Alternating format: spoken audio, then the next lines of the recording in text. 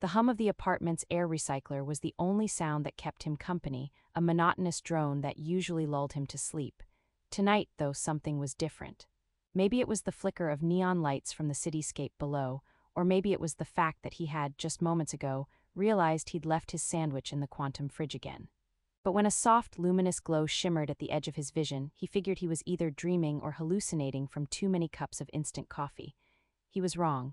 A sudden flash of movement caught his eye, and before he could shout a startled expletive, a figure tumbled into the middle of his room, almost elegantly, like a ballerina who had tripped over invisible wires. She landed on her knees with a small, polite thump, immediately rising and brushing off her tunic, which shimmered like liquid starlight. Her ears, long, slender, and impossibly expressive, twitched in all directions, catching even the faintest hints of sound in the room. They twitched at his gasp, at the hum of the air recycler, at the quiet squeak of the sofa springs, as though she were reading an invisible orchestra only she could hear. "You humans are remarkably uncoordinated," she said, her voice lilting like wind chimes in zero gravity. Her eyes, a luminous shade of green with flecks of silver, studied him like a scientist examining a particularly puzzling specimen. "Do you fall this much in your mating season, or is it a separate cultural phenomenon?" He blinked twice. Then, for good measure, a third time. "Excuse me." Her ears swiveled sharply, one flicking toward the ceiling. "I overheard your planetary broadcast, or your recording of it. Your species' mating rituals intrigue me. I need data. Do human males have a mating season?" He stared at her ears, stared at the glowing tunic, the impossibly symmetrical hair, the way she seemed both fragile and impossibly alien. And then his brain decided it had had enough and short-circuited. No," he offered. "I mean, not exactly, not like deer or some sort of planet-wide hormone synchronization. Definitely no mating season. At least not officially." She hummed, a soft, melodic sound that made his ears ache a little from its purity. "Fascinating." She stepped closer, tilting her head so that one ear brushed a faint ray of moonlight spilling from his window. "Your behavior is chaotic, emotional, illogical, yet there is a pattern I detect." "Yes, well, human males are, complex," he stammered, backing up until his spine hit the wall. "And please don't touch the—" He realized she wasn't even near the quantum fridge, so he stopped mid-sentence. She giggled, an odd, airy noise that sounded almost like a wind chime hitting a crystal. "I will observe. But I may need to interact." And with that, she collapsed onto the sofa, stretching her legs in a way that would have been elegant if not for the fact that she knocked over a stack of his unread data pads. The pads slid across the floor like metallic pancakes. He groaned, crouching to retrieve them. "You can't just appear in people's homes, that's breaking interspecies protocol." What? Her ears drooped mockingly as if disappointed by his lack of understanding. "Protocol is flexible, observation is essential, and your snack drawer," she pointed at his half-eaten packet of protein crisps, "could be used as experimental material." He froze. "What? No, those are, highly calibrated protein units." Her expression was that of a scientist faced with an uncooperative subject. Emotional attachment detected. "This is valuable data. Noted." She scribbled invisible notes in the air with one finger, which glowed faintly as though interacting with some unseen interface. Minutes passed in a strange sort of silent examination, broken only by the occasional squeak of his chair as he tried to figure out how to politely eject her without ending up in intergalactic court. She, in contrast, seemed completely at ease, tilting her head, flicking her ears, humming at random frequencies that made the room feel almost musical. Finally, she looked up at him with a mischievous gleam. "You must teach me." "About human mating." He choked. "Teach you about me." She nodded, her ears twitching with delight. "Not just you, humans, your behavior, your rituals, your strange emotional patterns. I require understanding." "What?" "Understanding requires boundaries," he said, waving a hand in desperation. "I can't, this isn't, look, I'm not a biology textbook." She pouted, a motion that somehow made her both adorable and terrifying. "You are sufficient. Your brain emits information, your heart, interesting rhythms, your gestures, I will learn from this." Her serious tone nearly made him laugh if it weren't so utterly bizarre. "Gestures, you mean the way I scratch my head when I'm nervous?" "What?" "Yes, fascinating," she said, tilting her head. "Do all males exhibit this scratching? Is it a mating signal or confusion?" He groaned, collapsing into his chair. "Definitely confusion, definitely not a mating signal." "And now you're going to catalog my confusion." "Yes," she said with the most unapologetic seriousness, and then added, almost as an afterthought, "I may also catalog your snack consumption." Efficiency of caloric intake may correlate with mate suitability. He blinked. Excuse me. Just a hypothesis. She twitched her ears and leaned back, letting a faint glow from her tunic illuminate the room like moonlight trapped in liquid fabric. Now tell me everything. And so it began. The human man's nights were no longer his own. Each evening she appeared, popping into the room as if gravity and personal space were trivial inconveniences. She asked questions that ranged from scientifically piercing to hilariously naive. Why humans blush, why they laugh at bad jokes, why they dance like drunken starships, why they kissed. She recorded everything with invisible holographic interfaces, nodding at the answers and occasionally teasing him with remarks like, emotional inconsistency noted. Very interesting, perhaps inefficient but appealing. What? He found himself talking to her in ways he had never expected, caught somewhere between irritation, amusement, and a creeping sense of curiosity. Her questions, at first awkward and intrusive, became strangely engaging. He corrected her misunderstandings with exaggerated patience, explaining that humans didn't have a universal mating season, that kisses weren't strictly biological imperatives, that awkward flinches were just human. She listened, nodding, ears flicking, and sometimes laughed at the wrong moments, throwing off his rhythm completely. Then one night she asked something that made him pause. Do humans ever choose mates for compatibility of thought rather than efficiency of reproduction? What? He stared at her, the question hung in the air, heavy with implication. His coffee-crazed brain sputtered to a halt, leaving him unable to answer immediately. She waited, quiet except for the soft twitch of her ears, almost like a metronome. Finally he shrugged. Sometimes it's about connection. Her eyes glimmered almost with pride, as if he had passed some invisible test. Fascinating, connection, data point noted. What? And in the quiet that followed, he realized something strange. He wasn't sure whether she was cataloging him as a specimen, or whether she had somehow made a home in the tiny, guarded corner of his life. Either way, he suspected that the nights ahead would be anything but ordinary. The first time she tried to replicate human conversation patterns, he nearly fell over laughing. She had perched herself on the edge of the sofa, ears flicking like radar dishes, and attempted what she called a friendly social initiation. In practice, it was a mixture of bowing, half-waving, and something that looked like a cross between a jazz hands routine and a mild seizure. Humans usually just say hi, he said cautiously, ducking as one of her limbs nearly collided with the coffee table. She frowned, ears twitching in disapproval. Merely saying hi, surely there is more data here. Facial expressions, tone modulation, subtle pheromone detection. She leaned closer, tilting her head so that one ear brushed against his shoulder. The soft hum of her suit's energy field made the air tingle against his skin. Explain. What? He pinched the bridge of his nose. Okay, fine, humans have subtle rituals, mostly words, gestures, sometimes awkward pauses. She nodded slowly, scribbling invisible notes in the air with her glowing fingertip. Awkward pauses noted. Interesting. You mean to say that inefficiency signals approachability? Yes, or confusion, he said. Sometimes it's just confusion. He winced as she tilted her head again, studying his reactions with surgical precision. Seriously though, humans are complicated. No algorithm will ever predict half of our behaviors. Algorithms are malleable, she said cheerfully. Then I must observe experimentally. What? Before he could protest, she reached for the small hollow projector on his desk and activated a looping sequence of human social interactions she had downloaded from a cultural database. Humans laughing, drinking, gesturing wildly, sometimes spilling food on each other. Each clip lasted no more than a few seconds before she paused it, leaned forward and tilted her head. Note the frequency of eye contact. Now repeat the hand gestures, mimic the vocal modulation. He frowned, leaning back. I think you're taking this a little too literally.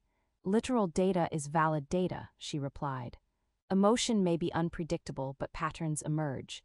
She mimicked a particularly dramatic gesture, a man throwing his arms in frustration, and ended up tipping over a lamp. The crash echoed and she yelped in surprise, ears twitching frantically. He snorted, unable to resist. See, patterns sometimes result in accidents. Accidents fascinating, she said, glancing at him with wide eyes. Perhaps this is a human mating strategy, display of robustness under environmental stress.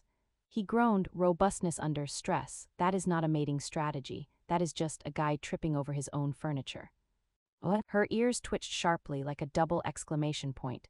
Observation, human males possess a unique gravity mismanagement tendency. Interesting. She scribbled more notes in the air, the glowing lines floating like constellations. After a few minutes of chaos, she stood, eyes alight with mischief. Enough observation, I must attempt interaction. He froze. Interaction, please clarify interaction mode. What? You will assist me, she said simply, bouncing on the balls of her feet. I must engage in the courtship simulation. Simulation, he echoed, heart rate spiking. You mean the dating thing?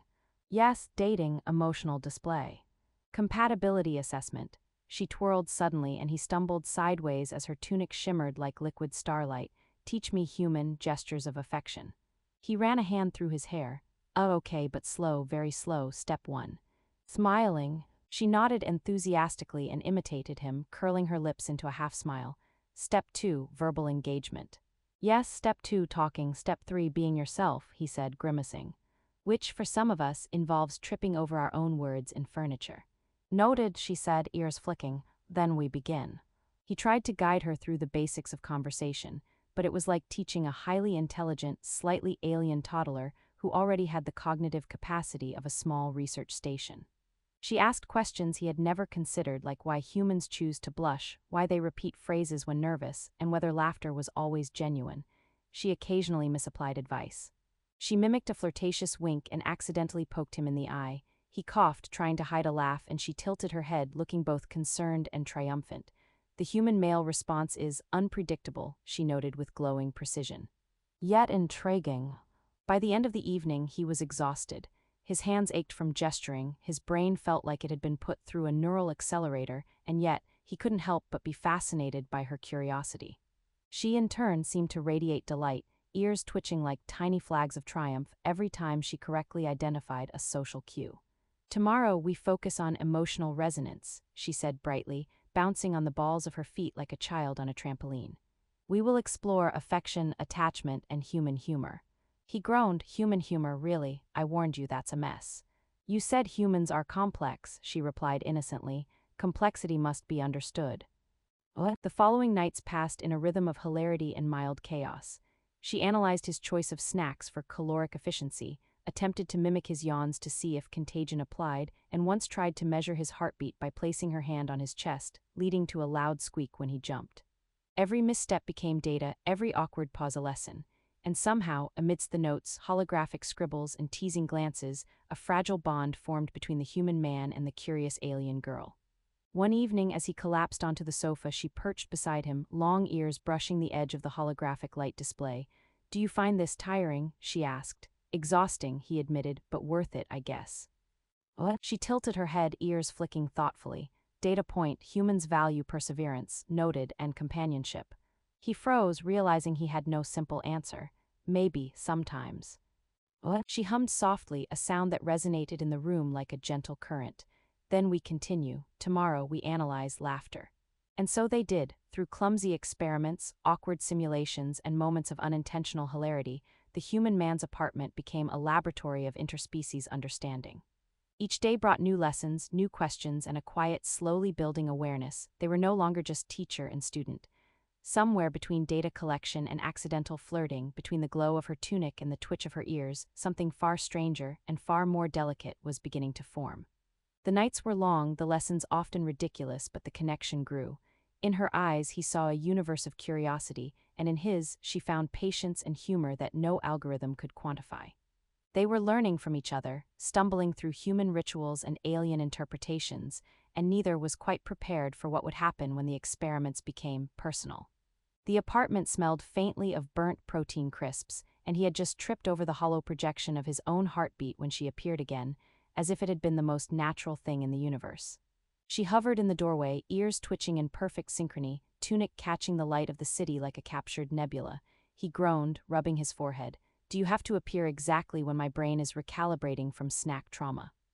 What? Observational consistency is essential, she replied cheerfully, landing on her feet with the grace of someone who had, apparently, never once stumbled over a threshold in her life. Also, I may have additional questions about human emotion. He groaned, great, fire away. She tilted her head, ears brushing the ceiling. I have observed laughter. It appears multifaceted. Sometimes it signals amusement. Sometimes nervousness. Sometimes it is a social lubricant. She tapped her chin, thoughtful. I have hypothesized a relationship between laughter and affection. He blinked. Affection. Are we finally getting to the part where you figure out humans aren't just weird, fragile animals, but capable of bonding? Yes, she said brightly, I believe so, but I require practice. What? He paused, realizing that practice here might involve awkward displays of intimacy, which he had never exactly trained for. All right, let's try it slowly. They started with small things. Shared jokes about the ridiculousness of gravity mishaps, pretending the quantum fridge had declared war on them by stealing his leftover crisps, making up absurd scientific explanations for why his sofa always squeaked at the wrong moment. She laughed, a clear, ringing sound that made his chest feel lighter than it had in years. He laughed too, partly at her antics, partly at the realization that he had been genuinely worried about her analyzing him all wrong, but she had understood him more than he'd expected. Then came the experiments. They built a small, human interaction simulator, a holographic chamber projecting dozens of social scenarios in rapid-fire succession. First dates, awkward introductions, accidental insults, shared meals, even a human wedding. She guided him through each one, correcting his minor flinches, his half-hearted gestures, his tendency to overthink. He realized he had started anticipating her corrections, almost enjoying the process like a dance he hadn't known he could learn. Your response patterns have evolved, she noted after a particularly long run of simulations. You are less anxious, more adaptive. I calculate improved efficiency and emotional engagement. He laughed, so basically I've leveled up as a human. Yes, she said, tipping her head. Level up. More compatible with interspecies bonding, also more amusing. I enjoy this. For the first time, he understood something fundamental. Her curiosity wasn't just scientific, it was personal. She was not cataloging him as an experiment anymore. She was engaging with him as a partner, playful, teasing, and remarkably persistent. And he, in turn, felt a shift. The solitary life he had thought he wanted now seemed impossibly dull. He craved the chaos she brought, the strange blend of precision and whimsy that made him laugh, think, and sometimes flail helplessly. One evening, after a particularly long round of simulations, she turned to him with her glowing fingertip hovering midair. We have covered many aspects of mating behavior, emotional expression, humor, but there remains one variable untested. What? And that would be, he asked warily. Mutual trust, she said simply. Her ears flicked in that subtle rhythm that made him feel both observed and cherished. Do you trust me? He blinked. His entire life had been a series of cautious steps, walls carefully built to prevent mistakes, embarrassment, or disappointment, and yet he found himself nodding. I think I do. What? She tilted her head, ears twitching like twin question marks. Then I will trust you. The next moment, a soft ripple of light expanded from her tunic, illuminating the room in gentle hues. It wasn't threatening. It wasn't alien in a scary way. It was as if the universe itself had paused to watch them. He realized she was sharing something deeply personal, a biological signal, yes, but also an emotional one, a subtle declaration of connection. He felt a warmth that had nothing to do with the physics of her species, and everything to do with the bond they had built over countless awkward, hilarious, and oddly tender nights. They laughed again, this time without prompt, without experiment, just because the other was there. He teased her about her obsession with his snack choices. She poked fun at his terrible attempts at human flirting. The room was filled with light, laughter, and something more profound, an unspoken understanding that what they had created together was rare, unpredictable, and utterly genuine. The simulations ended, the data had been catalogued, and yet the lessons had just begun. He realized he was no longer the hesitant, awkward human who had cowered under her glowing eyes at first sight. He was adaptive, patient, and capable of understanding emotions he had once considered messy or inefficient. And she, in turn, had learned that humans were not just patterns to decode but companions to cherish. A soft, playful bump of her shoulder against his arm caused him to smile, and she hummed, ears flicking, "We may continue tomorrow." He shook his head, laughing. "I have a feeling tomorrow is going to be just as ridiculous as today. But I'm ready." She grinned, and for the first time she didn't appear as an alien in a human world. She appeared as a friend, a confidant, and perhaps something more. Their bond had survived chaos, humor, misunderstandings, and awkward experiments. It had grown, stretched, and solidified into something neither of them could have predicted, yet both now cherished. He looked at her and she looked back, ears twitching, eyes glowing softly. In that quiet, suspended moment, the universe felt vast but intimate, chaotic but tender, alien but home. And in that strange, small apartment with its squeaky sofa, quantum fridge, and glowing holograms, two beings, one human, one alien, both curiously imperfect, found connection, laughter, and understanding. They had crossed species lines, and in doing so,